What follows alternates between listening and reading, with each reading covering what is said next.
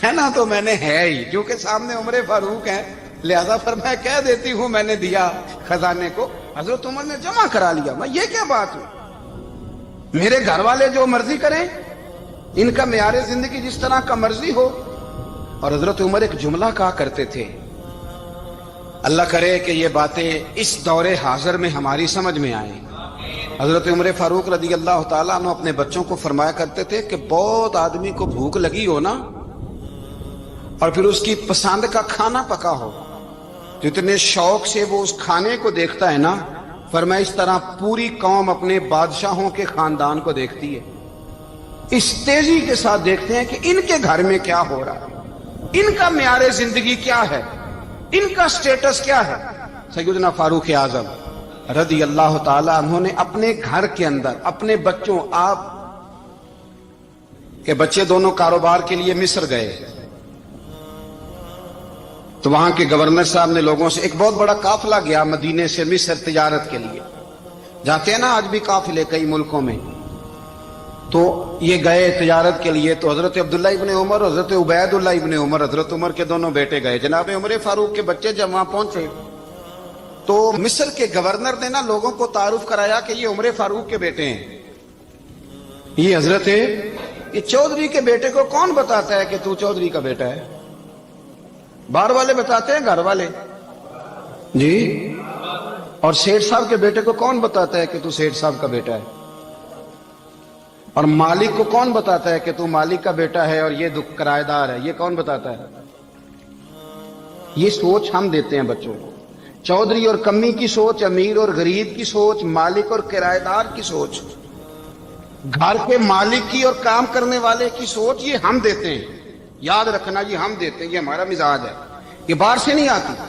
تو کوئی شہزادہ ہے، تو سیٹھ ہے، تو نواب ہے، یہ سوچ باہر سے نہیں آتی، یہ اماں سوچ دیتی ہے، اماں، یہ ابا سوچ دیتا ہے، اور پھر جب تباہی اترتی ہے تو اس کے ذمہ دار بھی باہر والے نہیں ہوتے، گھر والے ہوتے ہیں، گھر والے۔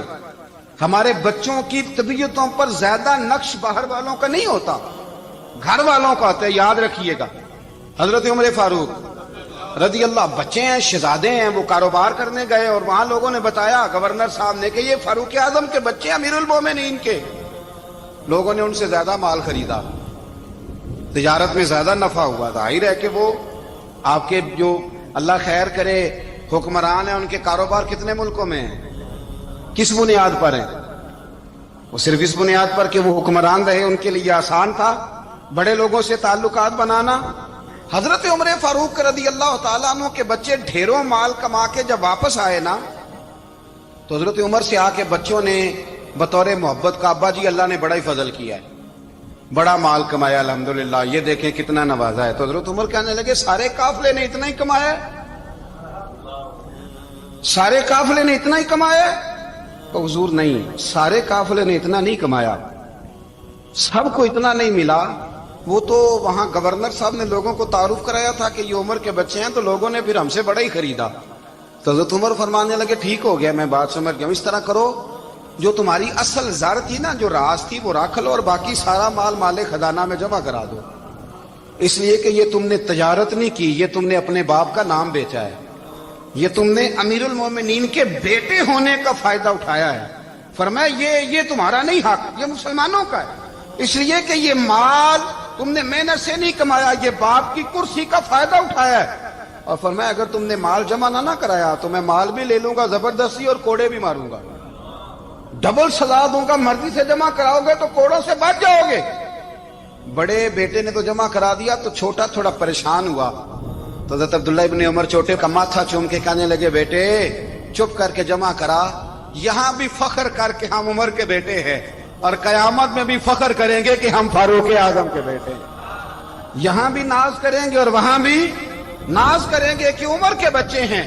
ہمارے باپ نے خود بھی حلال ہی کھایا ہے، اور جب ہماری کمانے کی باری آئی ہے تو ہمیں حکم بھی حلال کھانے کا دیا۔ بھائی ہمارا مزاج نہیں، بچہ جب لے کے آتا ہے 2 لاکھ روپیہ تو کبھی پوچھا کہاں سے آیا ہے؟ جب وہ پہلے دن غلط دوستوں کے پاس جا کے بیٹھتا ہے تو کبھی نکالا ہے گھر سے اسے؟ یہ بہت سارے خمیازے ہمیں اس لیے بھگتنے پڑتے ہیں کہ ہم ابتدا میں سوراخ بند نہیں کرتے. جب اس میں شگاف پڑ جاتا ہے, سیلاب آتا ہے, تو ہمیں ہوش آتی ہے. حضرت عمر نے اپنے گھر میں نگرانی رکھی, کڑی نگرانی. زیادہ نماز گھر میں پڑھتے تھے حضرت عمر, نفلی نمازیں زیادہ کیوں بلا؟ بھائی یاد رکھیں کہ آپ نے اگر سجدہ کرنا ہے تو بچہ لیٹ جائے گا, وہ اسے پتا کوئی نہیں سجدہ کیا ہے. لیکن جب گھر میں کبھی قرآن ابا جی کھول لیں نا, جب ابا جی کا موڈ بن جائے نا لیکچر دینے کا, وہ گھر میں شروع ہو جاتے ہیں, کہتے ہیں آپ لوگ نماز نہیں پڑھتے اس لیے میرے کاروبار میں برکت کوئی نہیں. تم سویرے قرآن پاک نہیں کھولتے تو میں تباہ ہو گیا. تو میاں آپ نے کب گھر میں قرآن پاک کھولا تھا؟ آپ نے کب نماز پڑھی؟ آپ نے کب گھر کے اندر اللہ رسول کا ذکر کیا تھا؟ آپ نے کب حدیث چھیڑی؟ آپ نے بھی تو گھر کے اندر جب بھی آپ آئے ہیں تو آپ نے وہی کچھ کیا جو دنیا دار کرتے ہیں. آپ بھی تو اپنا موبائل لے کے الگ کونے میں بیٹھ گئے. آپ نے بھی تو کہا ہے کہ اب تمہارے چینل ختم, اب میری مرضی والا چلے گا. تو جو آپ نے کیا ہے بچے بھی وہی کام کریں گے. آپ نے بھی گپ شپ لگائی ہے تو وہ بھی لگا رہے ہیں. یہ سمجھ لیں, جو کام آپ کریں گے آپ اپنے بچوں کی سیرت میں اس کا جلوہ دیکھ لیں گے. بڑی پکی سی بات ہے کہ آپ کو بچے کی عادتیں دیکھ کے سمجھ آ جائے گی کہ میں بھی یہی کرتا تھا اور یہ بھی. حضرت عمر فاروق رضی اللہ تعالیٰ عنہ وصال فرما گئے, تو آپ کے وصال کے بعد حضرت عثمان غنی رضی اللہ تعالیٰ عنہ نے آپ کی ایک بیوہ سے نکاح کیا, حضرت عمر کی ایک بیوہ سے. جب وہ آپ کے نکاح میں آئی تو کہنے لگی حضرت عثمان غنی سے کہ حضور نہ تو میں خوبصورت ہوں اور نہ میں جوان ہوں, نہ آپ کی کوئی خدمت کر سکتی ہوں, میرے ساتھ نکاح کرنا سمجھ میں نہیں آیا. کیا شاندار جواب دیا حضرت عثمان غنی نے, کیا خوبصورت جواب دیا. فرمانے لگے میں نے اس لیے نکاح نہیں کیا کہ مجھے تمہارے حسن سے دلچسپی تھی یا تمہاری خدمت کی ضرورت تھی, میں نے تو اس لیے نکاح کیا ہے کہ مجھے بتاؤ عمر فاروق گھر کے اندر اپنے رب کی عبادت کس طرح کرتے تھے, وہ قرآن پاک کس طرح پڑھتے تھے, وہ رویا کیسے کرتے تھے, استغفار کا طریقہ کیا, کس وقت کس انداز میں وہ اپنے رب کو یاد کرتے تھے. اس لیے کہ عمر کئی دفعہ گھر سے آتا تھا تو میں اس کے چہرے پر نور دیکھا کرتا تھا, میں روشنی دیکھتا تھا, ایک معیار دیکھتا تھا. نکاح اس لیے کیا ہے کہ مجھے عمر کی جو گھر کے اندر کی عبادت ہے اس سے آگاہ کرو, تاکہ عثمان غنی بھی چاہتے ہیں اس طرح کے عمل کرو جس طرح کے عمر فاروق کر کے گئے. بھائی جب تک ہم اپنے گھر میں وہ توجہ نہیں دیں گے, وہ مزاج دیکھیں نا, ہمارے گھروں میں جب نقشہ پاس ہوتا ہے تو ٹی وی لان بھی اس میں ہوتا ہے, ڈرائنگ روم بھی ہوتا ہے, نماز کی جگہ بھی ہوتی ہے نقشے میں. صحابہ جب گھر بناتے تھے تو ایک مسجد بیت کا نقشہ پاس کرتے تھے, ذہن میں رکھتے تھے کہ یہ کونا نماز کے لیے, وہاں جوتے لے کے کوئی نہیں جائے گا, وہاں نماز پڑھی جاتی تھی, عورتیں وہاں اعتکاف کرتی. ٹی وی لان تو آ گیا ہے اور گھر کے اندر ٹی وی رکھنے کے لیے تو ایک کمرہ الگ سے بنا دیا گیا ہے, اور اب جو نئے نقشے پاس ہو رہے ہیں اس کے اندر گھروں کے اندر جگہ بنائی گئی ہے جہاں کمپیوٹر رکھے جائیں, اور بچوں کے لیے وائرنگ ہوگی نیچے تاکہ انہیں کوئی مشکل درپیش نہ ہو. یہ ساری چیزیں ہم نے نہانے کے لیے گھروں کے اندر اتنے بڑے واش روم بنائے ہیں کہ لگتا یہ ہے کہ سوائے نہانے کے اور کام ہی نہیں کوئی گھر میں ہوگا. ہر چیز آ گئی, پر اللہ کرے کوئی تفسیر بھی ٹیبل پہ پڑی نظر آئے, کوئی حدیث کی کتاب بھی ٹیبل پہ پڑی نظر آئے. اللہ کرے کہ جس طرح ابا لطیفہ سن کے آتا ہے تو جب تک سنا نہ لے اسے ہضم نہیں ہوتا. اللہ کرے کہ وہ جمعے میں بیان سن کے جائے تو اس کا بھی دل کرے میں اپنے بچوں کو سناؤں. وہ نبی پاک کی کوئی حدیث کہیں سے سنے تو گھر جا کے سنائے. جب تک یہ معیار نہیں بنتا آپ کیسے توقع کرتے ہیں کہ گھر کے اندر اللہ کی رحمتیں نازل ہوں گی؟ آپ یہ کیسے توقع کرتے ہیں کہ گھر کے اندر وہ معیار اور وہ مزاج بنے گا؟ حضرت عمر فاروق نے ذاتی زندگی پر جو توجہ دی, گھر والوں کے معیار پر جو توجہ دی حضرت عمر فاروق رضی اللہ تعالیٰ عنہ نے, وہ بھی بڑی دیدنی ہے. حضرت ابو موسیٰ اشعری کو نا آپ نے وزیر خزانہ بنایا, وزیر خزانہ. تو حضرت ابو موسیٰ اشعری کہتے ہیں کہ حضرت عمر کو شیخ خزانے میں رہنے تو دیتے نہیں تھے. تو ایک دن میں صفائی کر رہا تھا اس کمرے کی جس میں خزانہ رہتا تھا. ہمارے تو ملک میں جو جاتا ہے وہ صفائی کر کے ہی جاتا ہے, اللہ خیر کرے. اور خیر معیار بدلتا ہے. جو پچھلی حکومت ہوتی ہے وہ قرضہ اٹھاتی ہے, وہ باہر سے جاتی ہے تو قرضہ لے کے آتی, اور جو نہیں آتی ہے وہ کہتی ہے ہمیں پیکج مل گیا ہے. وہ قرضہ نہیں اٹھاتے, ان کو کیا ملتا ہے؟ یعنی پچھلی نے قرضہ لیا تھا اور ہم نے, واہ جی واہ کیا خوبصورت انداز ہے. اس کا نام بدل کے نا, انہوں نے قرضہ لیا تھا اور ہم نے, میں کہا بڑے شاندار سیانے بندے ہو گئی. اور اللہ تعالیٰ خیر فرمائے, ہمارے جو بڑے شاندار قسم کے دوست ہے نا شاندار، جن کا ادب سے نام لیتے ہیں، وہ عرب کے بادشاہ ہیں. ہم تو عرب خالی کہتے بھی نہیں، عرب شریف کہتے ہیں، عرب شریف. انہوں نے پتہ کیا کیا ہے؟ انہوں نے اس طرح کیا ہے کہ جو کشمیریوں کا قاتل تھا نا، اس کے گلے میں میڈل ڈال دیا ہے. یہی کام وہ کرتے رہتے. انہوں نے پہلے انہیں بلا کے مندر بھی بنوائے تھے. ہمیں کوئی شکوہ نہیں، ان کی زمین ہے، اللہ تعالیٰ توفیق عطا کرنے والا ہے. پر خیال یہ تھا کہ چلو کشمیریوں کے زخموں پر نمک نہ چھڑکتے، 2 مہینے انتظار کر لیتے، کچھ حالات سنور جاتے، کچھ تھوڑا انتظار. ہیں ہمارے دوست، ہمارے وزیر اعظم صاحب جب جاتے ہیں تو وہ پھولوں کا ہار ڈالتے ہیں ہمارے دوست. لیکن انہیں وہ حدیث یاد نہیں کہ نبی پاک علیہ السلام نے فرمایا جب میرے مومن کو تکلیف ہوتی ہے تو مجھے بھی گنبد خضرا میں تکلیف ہوتی ہے.